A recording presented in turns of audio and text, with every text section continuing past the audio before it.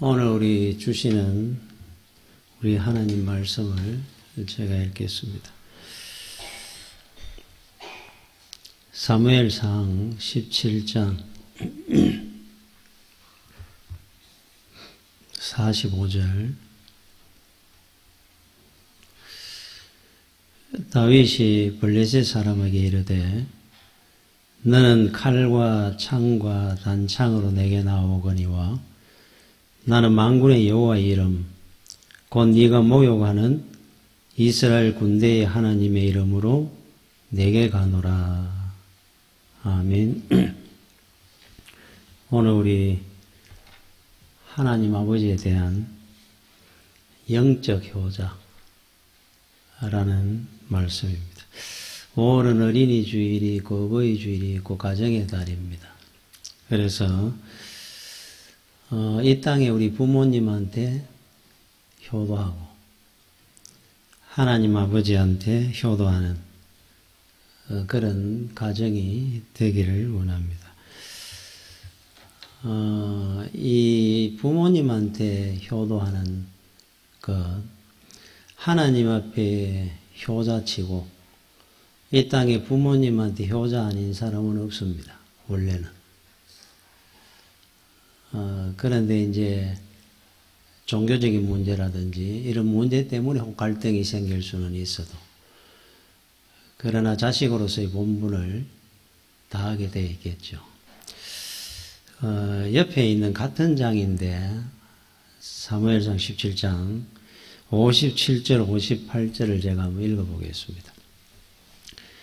다윗이 그 블레셋 사람을 죽이고 돌아올 때에 골리앗을 쓰러뜨린 겁니다. 그 블레셋 사람의 머리가 그의 손에 있는 채 아브넬이 그를 사울 앞으로 인도하니 사울이 그에게 묻되 소년이여 누구의 아들이냐 하니 다윗이 대답하되 나는 주의 종 베들레헴 사람 이새의 아들이니이다 하니라. 육적 효자입니다.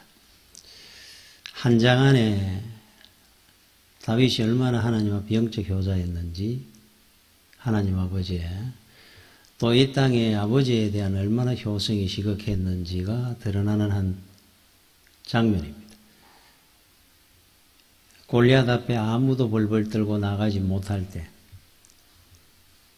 하나님의 그 전능하심, 믿음 하나 가지고 얼마나 하나님이 기뻤겠습니까?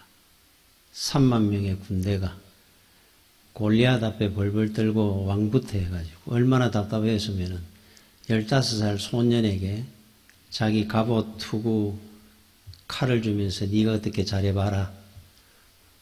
이럴 정도로 공궁에 처해 있을 때 그 소년은 하나님만 의지하고 앞으로 걸어나가는 이 모습. 이게 하나님 앞에 드려지는 우리의 효심입니다. 사실은. 효도입니다. 하나님이 참 기뻐하셨을 것 같아요. 자, 그러면서 골리앗을 쓰러뜨리고 돌아왔을 때 사울왕이 묻기를 네 이름이 뭐냐 이래 물었어요. 너는 누구의 아들이냐 이래 묻습니다. 자기 이름은 안 나옵니다. 나는 베들레헴 사람 이새의 아들입니다.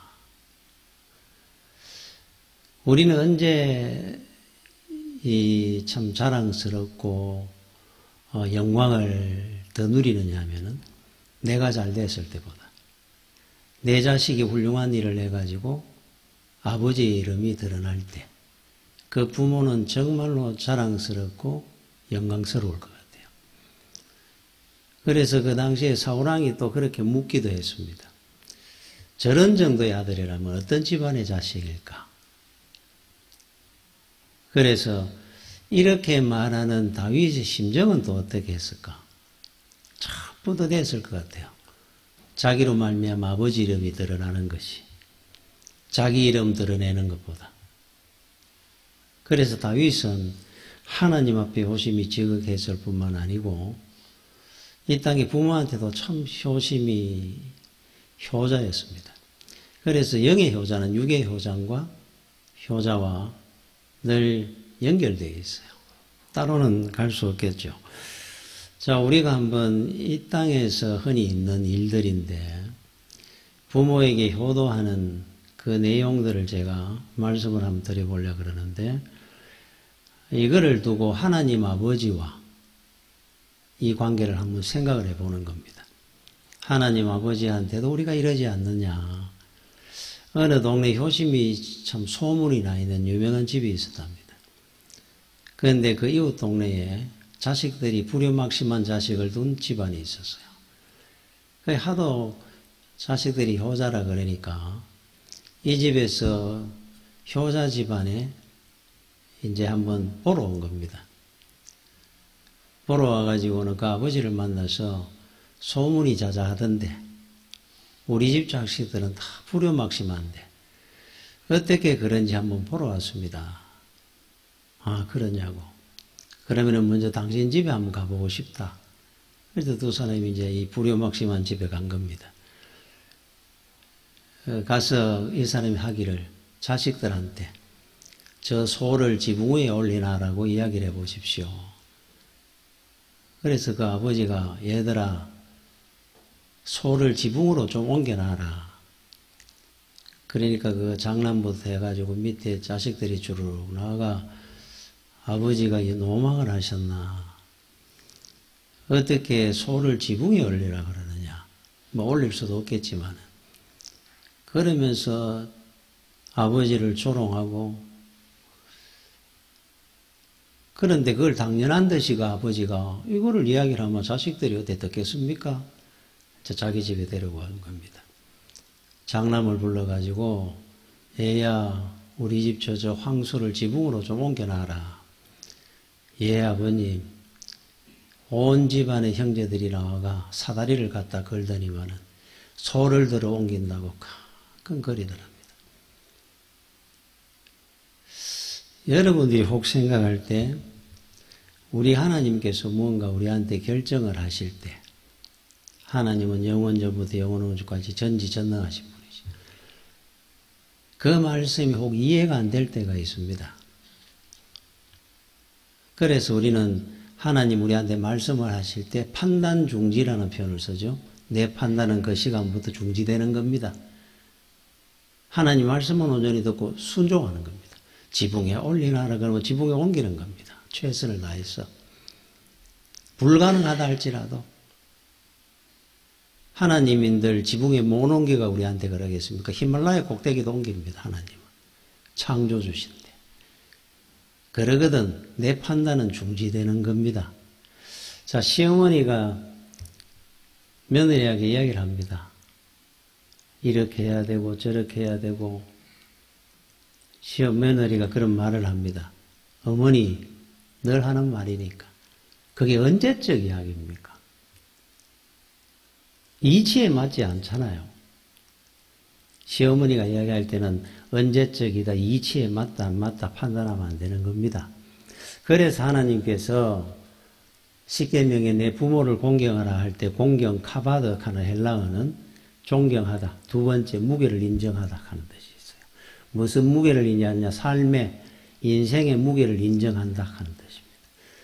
여러분 아무리 자식이 박사라 할지라도 부모는 일자무식한 분이라 할지라도 부모가 하시는 말씀은 들어야 되는 이유가 있어요. 여러분 인생이라는 거는 여러분들도 살아보셨지만은 아무리 머리가 좋고 똑똑하다고 해서 경륜을 못 따라잡습니다. 부모치고 자식보다 나이 어린 사람은 없잖아요. 10년이고 20년이고 이 땅에 먼저 오신 분들인데 그분들의 세월의 그 무게는 아무리 이 땅의 지식으로 아무거라도 넘지 못하는 벽이 있습니다. 그래 인생은 하루라도 더 살아온 분의 말을 들어야 되는 거예요. 경륜이 중요하기 때문에. 그래서 부모 말 들으면 자다가 떡 생긴다 그럽니다. 하나님 말씀을 여러분들이 들으면 피와 살이 될 겁니다.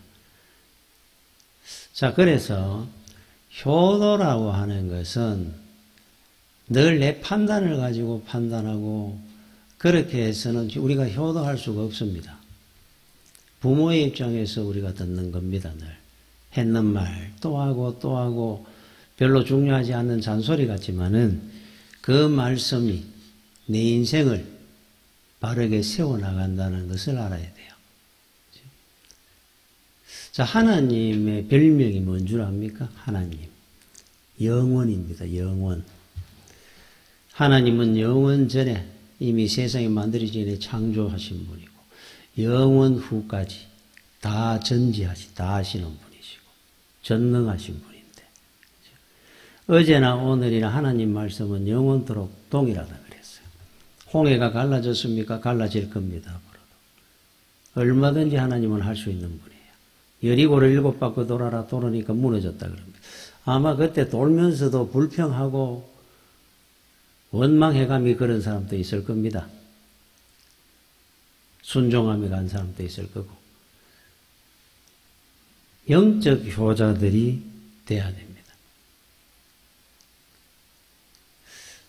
저는 이 땅의 부모 자식 간에 효도, 참 부자지간에 여러 이야기들을 우리는 많이 알고 듣고 있는데 그 중에서 참 정말 감동이 되는 우리나라 이야기는 아니지만은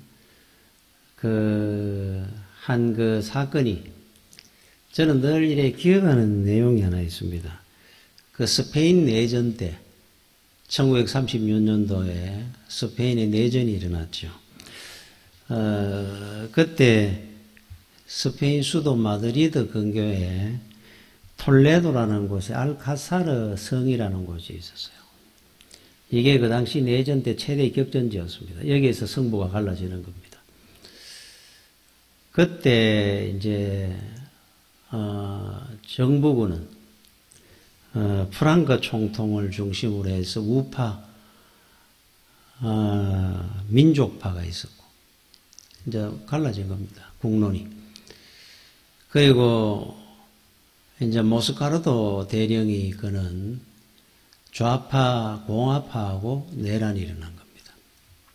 내전이 일어났어요.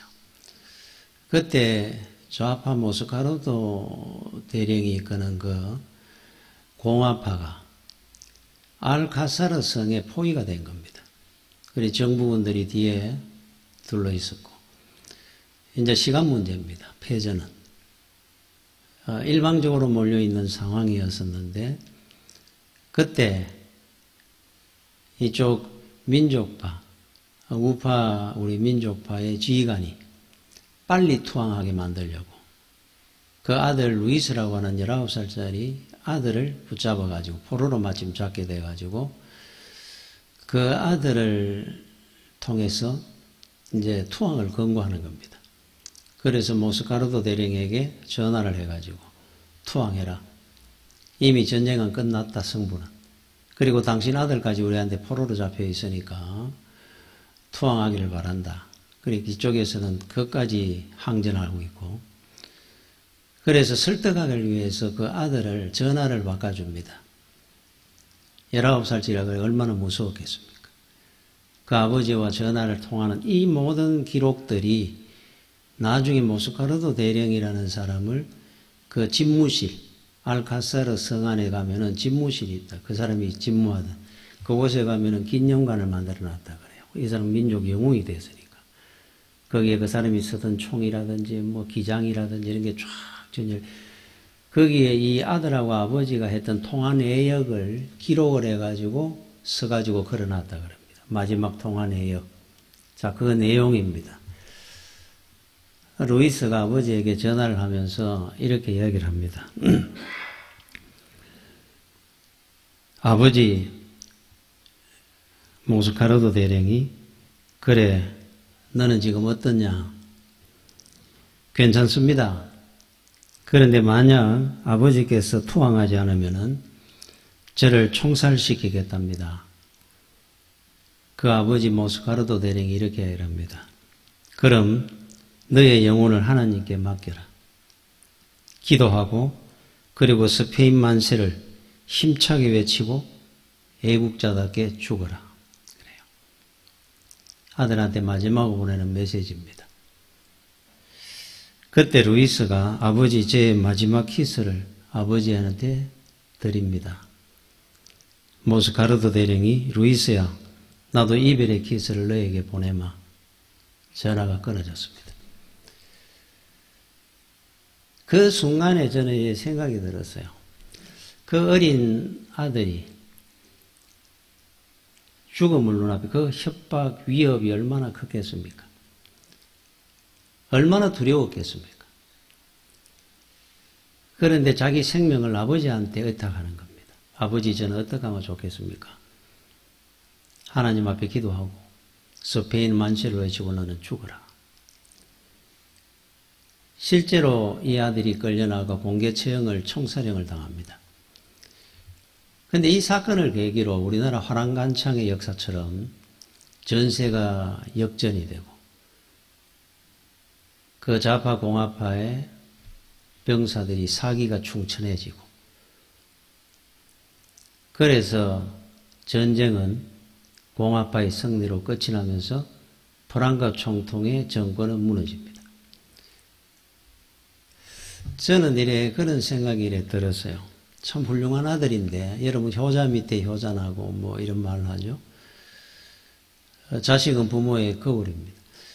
그 루이스가 그저 훌륭한 아들이 되겠습니까? 평소에 아버지 그 모스카르도 대령의 삶이 눈에 선합니다. 자기 생명을 아버지한테 다가오고 그 아버지의 말 한마디에 죽음의 길을 택할 줄 아는 그 자식은 그 아버지를 평소에 어떻게 보고 살았을까요? 정말로 훌륭한 아버지였다고 저는 생각이 듭니다. 그래서 저는 이 이야기가 저는 어버이주일이 되면 늘 한 번씩 떠오르는 모스카르도 대령과 그 아들 루이스 이야기가 한 번씩 떠오릅니다. 우리 성도들의 가정도 우리 부자지간에 모녀지간이든 바로 이와 같은 가정이 되었으면 합니다. 여러분 효자와 불효자의 차이가 뭔 줄 압니까? 효자는 내 부모가 아무리 세상적으로 약하고 부족해도 자랑스러워합니다. 부모님이 하시는 모든 일은 옳고 좋고 그리고 늘 감사하게 생각합니다. 효자입니다. 효자. 자기가 조금 더 세상적으로 잘 살고 있다 할지라도 부모에 대한 존경심을 잃어버리지 않습니다. 부모와 내와 생각이 다르다 하면은 언제든 자기 생각을 접을 줄 압니다. 효자입니다. 늘 고맙게 생각을 해요. 불효자는 어떤 사람인 줄 압니까? 부모가 하는 모든 일에 대해서 늘 원망하고 불평합니다.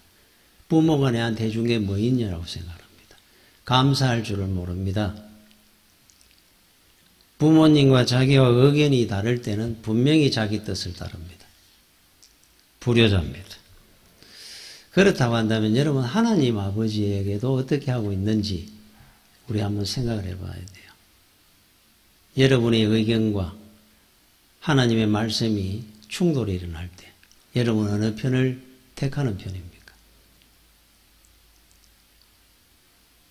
그리고 하나님 앞에 여러분은 얼마나 감사하고 사는지 고맙게 생각하는지 하나님이 하시는 말씀은 내 인생에 전부 옳은 거고 감사한 거고 좋은 것들이다. 효자입니다. 하나님은 전혀 기억하지 않습니다. 그래서 우리가 영적 효자가 된다는 것이 세상에 제일 귀한 복입니다. 그건 복이에요. 지난 며칠 전에 뉴스에서 9시 끝날 때쯤 되니까 SNS 감동이 되는 영상 하나가 떴죠. 아마 여러분들도 다 보셨을 겁니다. 초등학교 다니는 하반신 장애가 있는 어린 딸이 꿈이 가수라는 겁니다. 그래서 늘 가수가 되고 싶어 해가지고 어느 오디션에 참가를 했어요.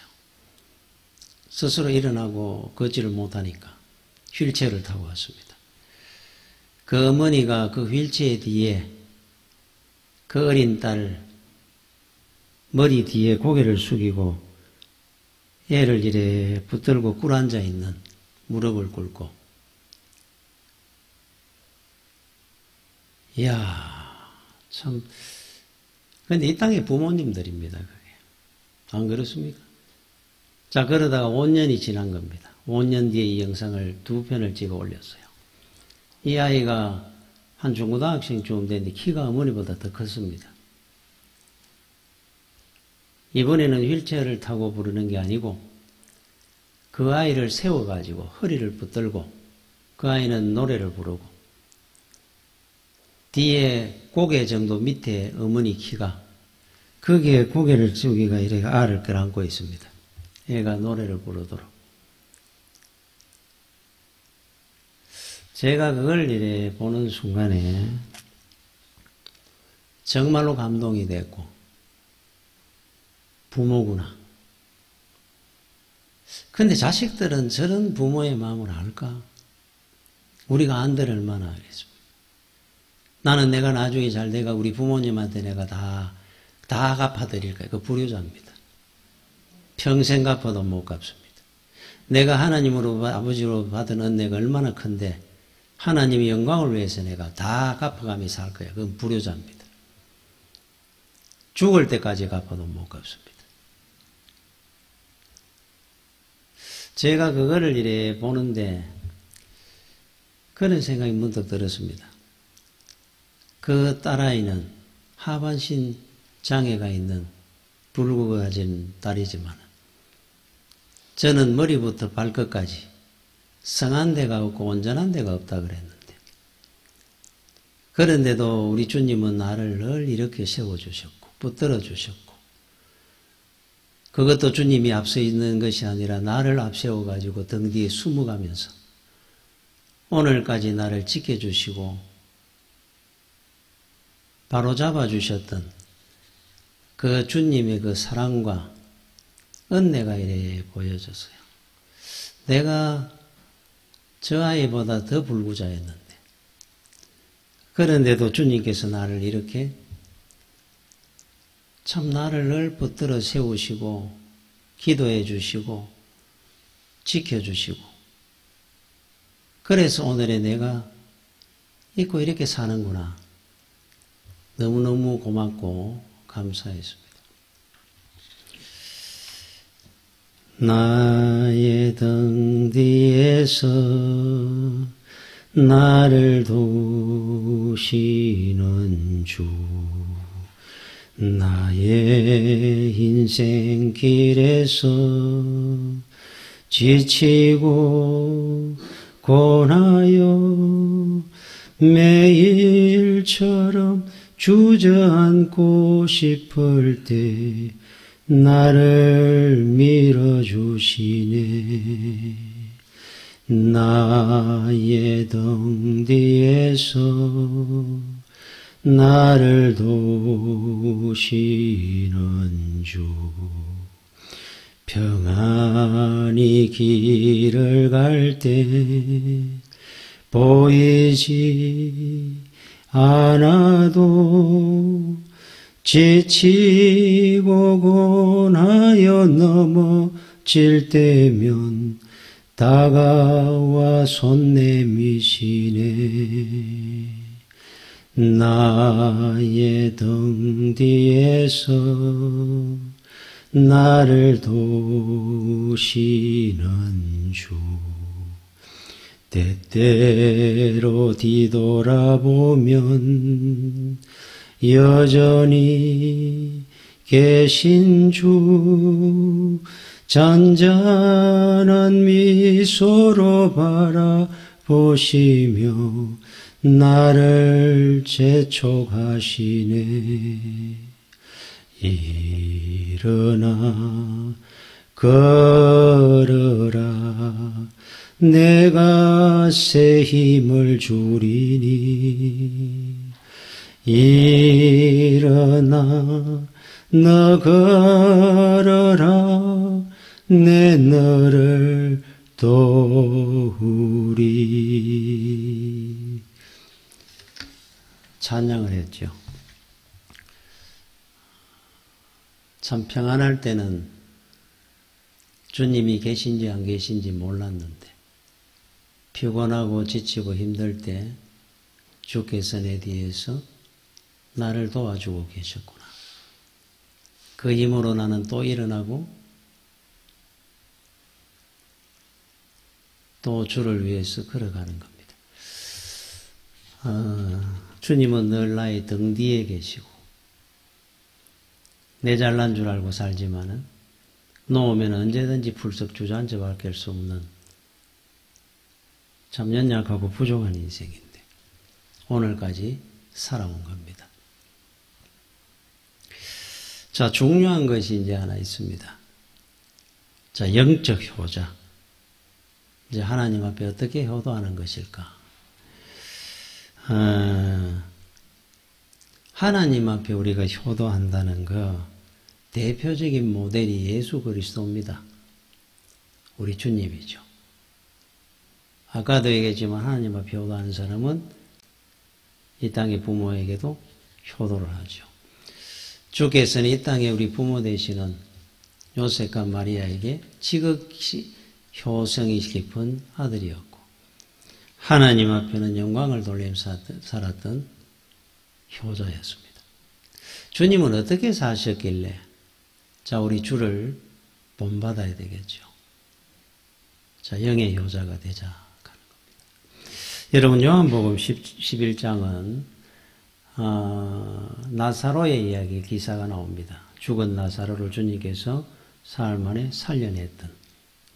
그런데 이 기사가 나오기 전에 주님께서 나사로를 살리려고 가려고 하니까 그때 제자들이 말립니다. 지금 가면 위험합니다.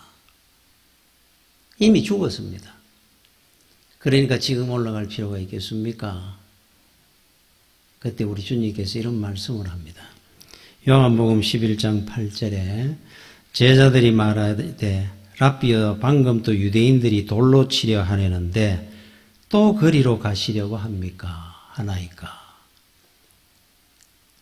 가면은 위험할 텐데 왜 꼭 죽은 사람한테 가려고 주님이 위험할 건데 왜 꼭 가려고 합니까? 베다니에.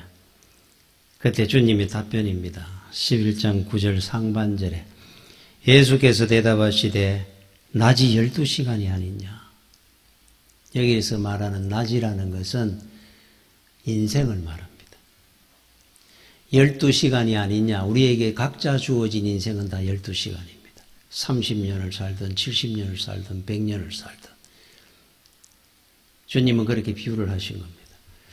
12시간밖에 없는 이 말씀은 다른 말로 하면 인생은 짧다는 겁니다. 짧습니다. 100년을 살든 30년을 살든 인생은 짧아요. 짧은 인생길에 12시간밖에 없는 인생길에 내가 위험하다고 내가 예수 믿기가 불편하다고 어렵다고 이런 거 저런 거 해야 될 일을 하지 않았을 때 그것이 오히려 물거품 같은 인생이 되지 않겠느냐 하는 답변입니다. 자, 여러분들이 한번 생각을 해보십시오. 여러분 인생은 다 12시간을 우리는 받았습니다. 어떤 사람은 9시간째 흘러갈 수 있고 우리는 모릅니다. 나는 나이는 어리지만 벌써 11시간 30분이 지났을 수도 있고.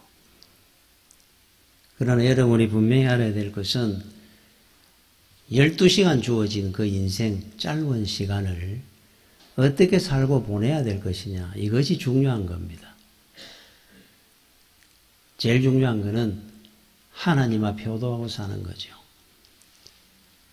우리가 그 아이들 돌잔치를 하면은 이제 애들한테 뭔가 집어라 그러면서 연필, 돈, 실 이런 걸 얹어 놓습니다.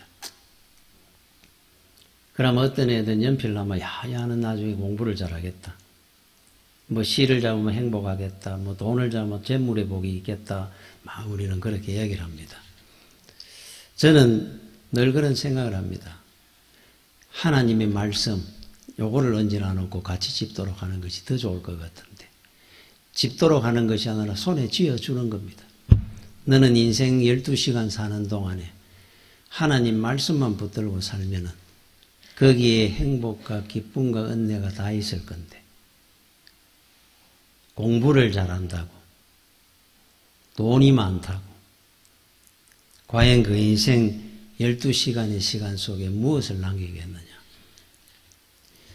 여러분 미국의 그 42대 그 대통령이었던 빌 클린턴 대통령을 우리는 잘 압니다. 이분이 당시 조지 부시 대통령과 대통령 선거에서 밀리고 있던 전세를 딱 한마디로 역전을 시키는 말이 하나 있습니다. 문제는 경제야 이 바보야. 문제는 경제라는 겁니다. 이게 강력하게 어필이 되면서 그 사람은 부시 대통령을 이기고 대통령에 당선이 됐습니다. 똑같습니다. 마찬가지입니다. 지금도. 나는 사업을 했는데 실패를 했습니다. 이유가 시기가 안 좋았는 것 같아요. 몫이 안 좋았는 것입니다. 문제는 믿음이고 하나님이야 이 바보야. 믿음이고 하나님이지 문제는 무슨 몫이 있고 시대가 있겠습니까? 어린 다윗이 골리앗도 쓰러뜨리는데 여러분들이 그것을 다 못을 박아놔야 됩니다. 써붙여 놓으십시오. 문제는 믿음, 하나님이다. 거기에 여러분 인생의 승부가 갈리는 겁니다. 영적 효자입니다. 여러분들이 지금 가지고 있는 게 뭡니까? 아니면은 앞으로 얻고 싶은 게 뭡니까? 재물입니까? 아니면 출세하는 겁니까? 명예입니까? 그런 것들을 쫓다가 12시간의 여러분 짧은 인생을 보낼 겁니까? 제가 방금 이야기해 준 나중에 물거품이 될 거라고. 그런데 여러분 한 가지만 확실히 갖고 있어야 돼요. 다 겁니다. 신학대전을 쓰고 많은 그 젖으로 이 땅의 성도들에게 많은 은혜를 끼쳤던 토마스 아퀴나스라는 분이 있었어요. 하나님이 얼마나 기뻐하셨던지 어느 날 꿈에 나타나셔가지고 아퀴나스야 네가 나를 위해서 내 영광을 많이 돌리고 살아서 내가 많이 기쁘다. 네 한 가지 소원이 있으면 내가 들어줄 테는데 그것이 무엇이냐. 소원을 이해하면은 솔로몬처럼 내가 다 들어주겠다 그럽니다. 그때 토마스 아퀴나스가 딱 한마디를 합니다. 주여 오직 당신만을. 나는 당신만을 필요로 합니다. 세상에 내 소원 아무것도 없습니다. 주여 나는 오직 당신만을 필요로 합니다. 주여 오직 당신만을. 그랬어요. 이게 믿음이고 여러분이 마음에 꼭 새겨놓고 살아야 될 믿음이요 하나님에 대한 효자입니다. 얼마나 기뻤겠습니까? 하나님께서. 아무것도 그들은 이 땅에 추구한 것이 없습니다. 예수는 그래 믿는 겁니다. 영적 효자는 어떻게 해야 되는 겁니까? 우리 주님의 삶을 본받는 것처럼 하나님, 오직 나는 하나님만이 필요합니다. 이 고백이 나올 때 여러분들은 영적 효자가 되는 겁니다. 베드로는 은과 금은 나에게 없지만 내게 있는 것으로 네게 주노니 너는 예수 그리스도의 이름으로 일어나 걸어라. 아무것도 없다 그럽니다. 베드로는 얼마나 당당하고 자랑스럽게 살았는지 모릅니다. 주께서 나와 함께하고 계셨으니까. 그래서 영적 효자가 되십시오. 하나님을 기쁘게 하는 여러분의 인생이 되어야 됩니다. 여러분 소설가 최인호 씨, 그 최인호 씨의 작품 중에 사랑아 나는 통곡한다 하는 책이 있습니다. 그 서문에 이런 글이 나옵니다. 나는 통곡하며 살고 싶다. 나는 대충 생활도 대충대충, 만남도 대충대충, 일도 대충대충, 그렇게 살고 싶지 않다. 나는 모든 일에 통곡하는 그런 열정을 지니고 살고 싶다. 어찌 사랑뿐이겠느냐. 나는 친구도 통곡하며 사귀고 싶다. 꽃 한 송이를 보아도 통곡하며 보고 싶다. 내 아들, 딸들의 통곡하는 아버지이고 싶다. 아내와도 늙어 죽을 때까지 통곡하며 살고 싶다. 하나님도 통곡하며 믿고 싶다. 이래놨어요. 참 인생도 여러분 대충대충 살아가 뭐가 이루어지겠습니까? 그런데 하나님은 대충대충 믿지 말고 하나님이 기뻐하는 효자는 치열하게 통곡하면서 하나님을 믿는 겁니다. 시간이 얼마 없습니다. 그래서 영적 효자의 삶은 어떤 삶을 이야기하느냐? 하나님을 여러분이 믿되 치열하게 통곡하면서 하나님을 믿으십시오. 대충대충 믿지 말고 다윗처럼 우리 주님처럼 그 뒤를 따랐던 많은 모르드게라든지 다니엘이라든지 아니면은 순교의 길을 갔던 손양은 목사님, 주기철 목사님처럼 하나님을 믿거든 통곡하는 마음으로 믿어야 됩니다. 그럴 때 하나님을 기쁘게 하고